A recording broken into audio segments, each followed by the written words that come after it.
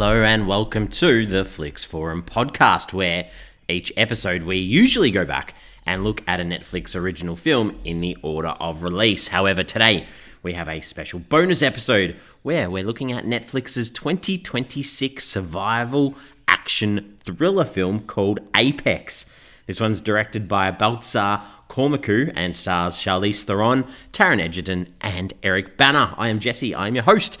Thank you for joining me today for this special episode. As always, if this is a film that you haven't seen yet and you're interested in checking it out, give us a pause and come back a little bit later on, because I'm going to spoil this film as we go through this discussion. As always, we do start our show with the Fast Flicks, where we do a quick little summary of what the film is all about. So, this one, it's about a woman who is almost on a farewell tour for her deceased partner when she is hunted by someone in the Australian outback. Ooh, intriguing. There we go. This film is not too deep realistically, so if you're on board for sort of a bit of a fun popcorny action thriller, that's what this might be. But I don't want to get into my early thoughts too early, because we need to talk a little bit about how this ended up on Netflix. So if we're looking at the film, the tagline for this film, Netflix have put out lots of taglines for this one. There's quite a few. So one of them is hunt or be hunted, if that makes sense. Another one is hunt, full stop, survive, full stop. There we go. Another one, hunt without mercy. Another one is survive without fear. Another one is hunt, and another one is survive. There we go. Lots of plays on those words of being hunted and surviving. On Netflix, when you log on, their logline is Oscar winner Charlize Theron stars in this hunt or be hunted thriller about a grieving adventurer targeted as prey while kayaking in the Australian wild. There we go, those key words being used again. And then once you start the film on Netflix, their logline then says, a grieving woman pushing her limits on a solo adventure in the Australian wild is ensnared in a twisted game with a cunning killer who thinks she's prey. There you go. That is a good summary of the film. Around the world, what else is it called? In Portuguese, it's called The Predator's Game. I don't mind that title at all. In Chinese, it's called Peak Hunt. Sure. In Hungarian and Ukrainian, it's called Apex Predator. That gives a little bit more context. In Polish, it's called Alpha. In Russian, it's called Vertex. And in Spanish, it's called Dominate Predator. And there we go. So, Jeremy Robbins, he wrote the script for Apex. And at the end of 2021, it was voted onto that blacklist of best unproduced screenplays for the year. We have seen quite a few Netflix films on that blacklist. Netflix later secured the rights for the film in February of 2024 with Ian Bryce and Sherman Entertainment as producers. Taron Egerton joined the cast in November of 2024 with Bana joining in January of 2025. Principal photography began in Sydney and around the Blue Mountains in the beautiful area in New South Wales on the 6th of February 2025, and this is obviously in Australia. Charlize Theron trained extensively for the film with professional climber Beth Rodden, and she performed many of her own climbing sequences and stunts too. Charlize Theron said this is her favourite movie she's ever made. In 30 years, I've made a lot of movies, and I've loved all of them for different reasons. But there's something about this movie, the way we shot it, where we shot it, the time in my life when I needed to go and find something where I could just immerse myself into a world. She went on to say, this movie was everything that I wanted, and then the end result was everything I hoped before we went to go do it. There you go. So Charlize Theron apparently also brought her family with her during filming in Australia, which probably made it a bit more of a pleasant experience for her. Netflix went into overdrive to promote this film. They had Charlize Theron do some actual real-life rock climbing in the middle of New York City on a building, and they also released a companion podcast where Charlize Theron talks a lot about the production phases and being so wet at stages during the kayaking and stuff. That's a good listen if you can jump on and find that too. Recently too, even weeks after the film, so I think the film spent 4 weeks in the Netflix top 10 since release, but recently there's been a viral TikTok social media video meme where people use the chase scene from this film to make humorous videos. So there you go. Hopefully you may have seen some of those too. This did hit Netflix on the 24th of April 2026. And as mentioned before, this is filmed in the beautiful New South Wales in Australia, around the Blue Mountains, the Royal National Park in Sutherland, the Ginninderra Falls in Wallaroo, as well as Sydney itself. So, what are the critics and audiences saying about this film? If we look at Rotten Tomatoes, this sits at 66%. That's on 103 reviews, so that is just fresh. That is fresh. Audience, however, it's a little bit lower. Sits at 47%. That's more than 1,000 ratings. That sort of surprises me a little bit that the critics actually liked this film more than the general movie-going public. IMDb, it sits at a 6.1 out of 10 on 71,000 ratings, so a fair bit higher than Rotten Tomatoes from the audience there. And Letterboxd, similar-ish, you'd say a 2.5 out of 5 on nearly 250,000 ratings, but it's been logged by 275,000 people. So Netflix would probably be pretty happy with the eyeballs on this one. On Metacritic, where they use the traffic light system of red, yellow, and green to rate a film, green being good, this sits in the middle ground. Metacritic's critics have it at 58 out of 100 on 23 reviews, so that is yellow, and the audience also has it at yellow at a 5 out of 10 on 88 reviews. But I guess you probably want to know my early thoughts. What did I think about this film? And I guess, you know what? It was fun. Yes, it's formulaic. Yes, nothing really happens, but you kept on the edge of your seat throughout this film, and I think it does a really good job at doing that, even if it's not the most thought-provoking thriller film. It's still enjoyable. Let's talk about the characters, and there aren't many characters in this film. There's very few characters to talk about, and there's very little development. They're all sort of given their own little moment, and that's it. So the protagonist of this film, Sasha, she is adventurous. She likes to push the limits, and this is seen in the opening scene with her husband, Tommy, who we'll speak about soon. But she's an adrenaline junkie, and she can hold her own against men, whether this is through rock climbing, whether this is through running, chasing, kayaking, swimming, whatever it is that she needs to do. She's a strong female character who won't give up. And even if this means fighting for her own survival and interrupting her own journey of letting go of the one who she loved. And I have said spoilers already, so here we go. I'm getting into spoiler territory. So Tommy, her husband, he lasts the whole first scene. That's about it. And I guess he's there to highlight the cautiousness, or the opposite of Sasha, because he's very cautious, and it makes sense that the cautious person dies straight away. Otherwise, we wouldn't have a film. We wouldn't have a film where Sasha's on a journey to overcome grief and overcome her own choices and her own often wild or choices that lead to danger, and what she needs to do to adjust in life from that. The only other character in this film that plays a huge part is Ben.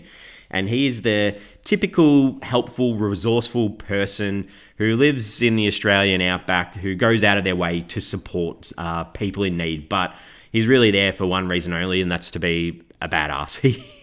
His issues or his concerns, I guess, is that he's got mummy problems. He's got mummy issues and some very deep trauma and I would say some concerning mental health issues. He even says in a line of dialogue himself, "I can't function in a polite society." So even he himself understands that, and I'm not going to give away too much more about his character because it's probably best just to watch it. The director of this film, Baltasar Kormakur, he's the director of quite a few action films that you may know. He directed the film called Beast from a few years ago, the film Adrift, the film Everest, which is quite a good film as well. He did that Two Guns film with, was it Denzel and Mark Wahlberg, as well as Contraband, which also had Mark Wahlberg in it as well, I think. So some biggish films. But let's talk about the scenes in this film. What are the scenes that worked? What didn't necessarily work in this one? The things that worked for me, the opening scene, the setup on the snowy mountaintops in Norway with Sasha and Tommy, it set her character up really well for her arc throughout the film. And just really good performances through Charlize Theron and Eric Bana at the start. I did like the connection of Ben when he's revealing a little bit about himself to Sasha. He mentions that his family were from Britain. I thought this was that very white Australian connection that you often see, so that was good. Ben's first setup of, "You've got till the end of this song to get away from me," and he does that screech, that noise, and I don't know, just got me going. I was like, oh, here we go, let's do it. And I think that the best shot of this film is when Sash smashes Ben's leg towards the end, and they're tied together, and the camera drones up with this high angle shot of them lying there. I just thought it was beautiful. And then the symbolism of them still being tied together the next morning, thought that looked really good. And the fact that afterwards, Ben had a broken leg, and Sasha was going to walk him up to do rock climbing. I thought it was a little bit humorous, because it's like as if this is going to happen, and then the tension that they were able to build through the camera angles and the camera shots and the soundtrack while she was trying to let him loose was really good. And then especially following that, she did some free climbing or whatever it's called without the ropes to get to the top. It was all very tense, very well done. Things that didn't work in this one. The Aussie blokes that were hanging around Ben all being gross while Sasha has to lock herself in the car at night with her pepper spray. Just a bit off. I'm not sure it was actually needed. You didn't really need to add in any other villains or any side thoughts of anyone being the dangerous person in this film. I thought Sasha's first kayaking scene, while it was good, it just dragged on and went forever. And Sasha, the only other thing, Sasha runs from Ben when they're in the cave, and she's still tied to him, goes under the water. The CGI in this scene let it down a little bit. It did look a little bit fake. But what's this film trying to say? What are some themes, some ideas, some motifs? So obviously the survival plays a big part in this. The Australian outback, there's the dangers of nature, the dangers of the chase and hunter and prey. It's not just the Australian animals and creatures that you need to be fearful, but humans too. Grief and guilt plays out in this film, especially through Sasha and the choices she made that let Tommy down, and her husband dies because she didn't listen to him, and having to say goodbye by going to his homeland, and that trauma of everything you do, especially when you're fighting for your own life again, connects to the loss of your husband. The trauma of saying, like, I don't do rock climbing anymore, but having to do it to escape. I guess that's the idea that pain is a part of life as well.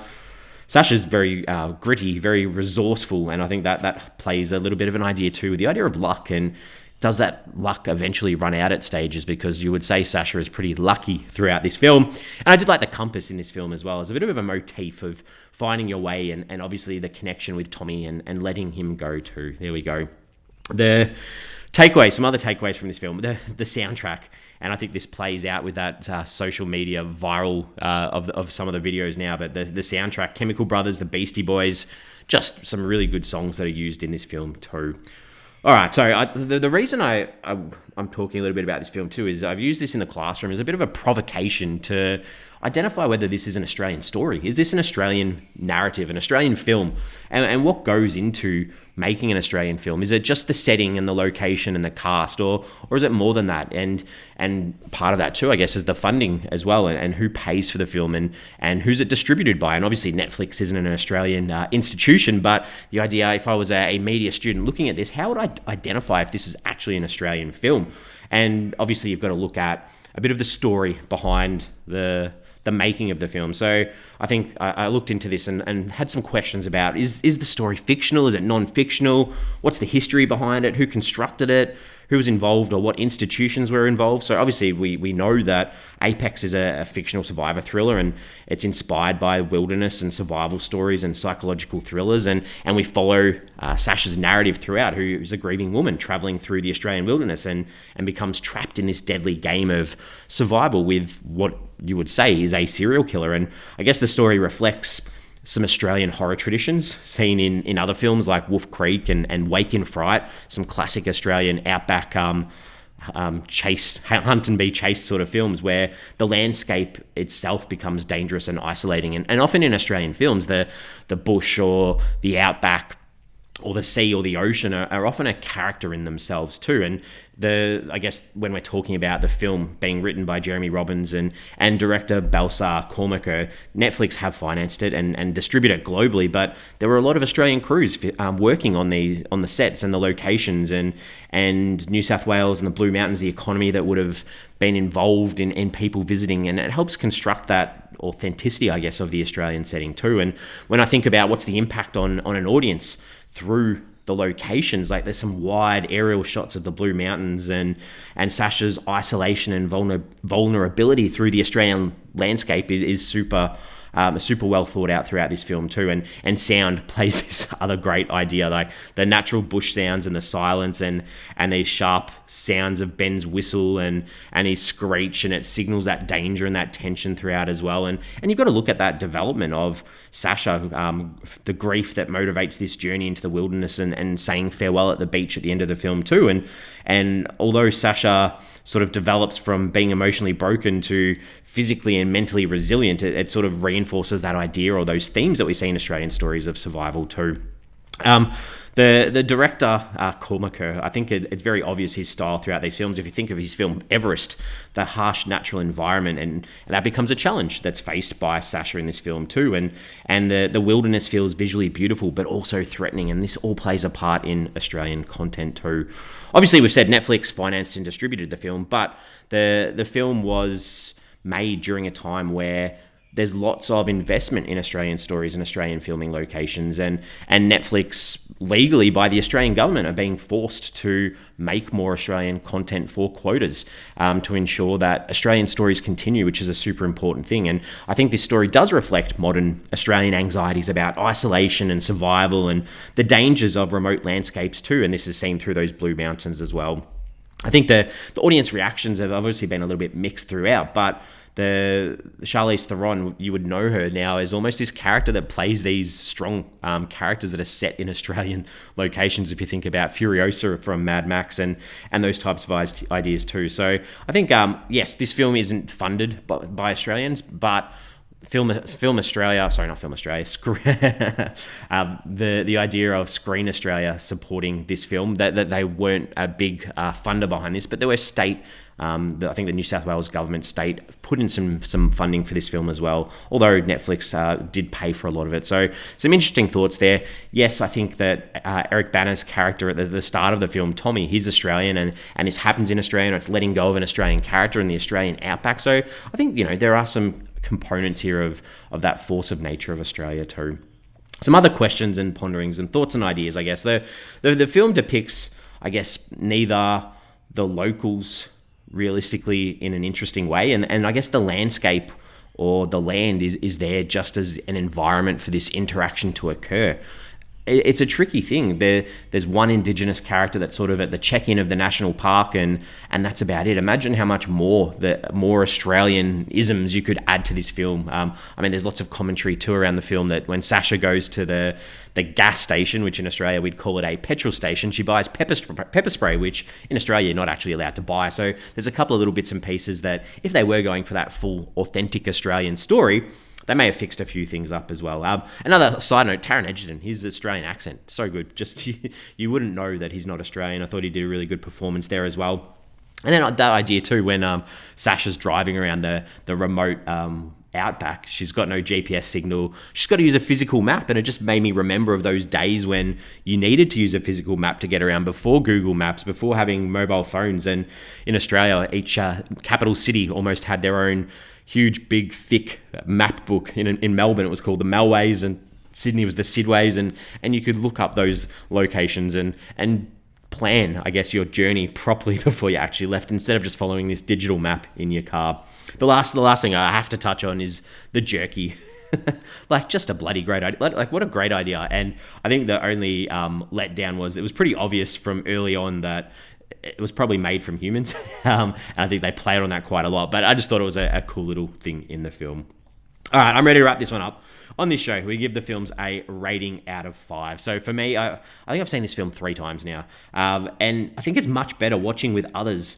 And I think it's a shame that this type of film doesn't get more of a theatrical release from Netflix, because it's perfect popcorn entertainment. It's entertaining. It's got viral moments.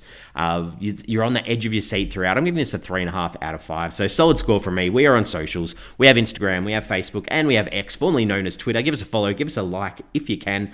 The question that I wanted to ask in relation to this film is the Australian outback a place that you want to visit? Is it somewhere that after this film you'd say, nah, no way, or you've seen Wolf Creek and you're like, there is no way I would want to go and adventure out into the great Australian outback?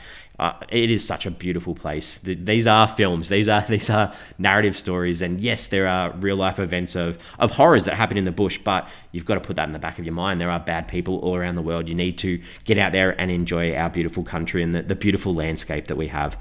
Other than that, we have a huge back catalogue of Netflix original films that we've covered on this show, over 500. So jump through our catalogue, have a listen, have a like, follow us on socials, do what you can to support us so we can get more people listening. We will be back on Monday with our regular episode. As always, thanks for listening today.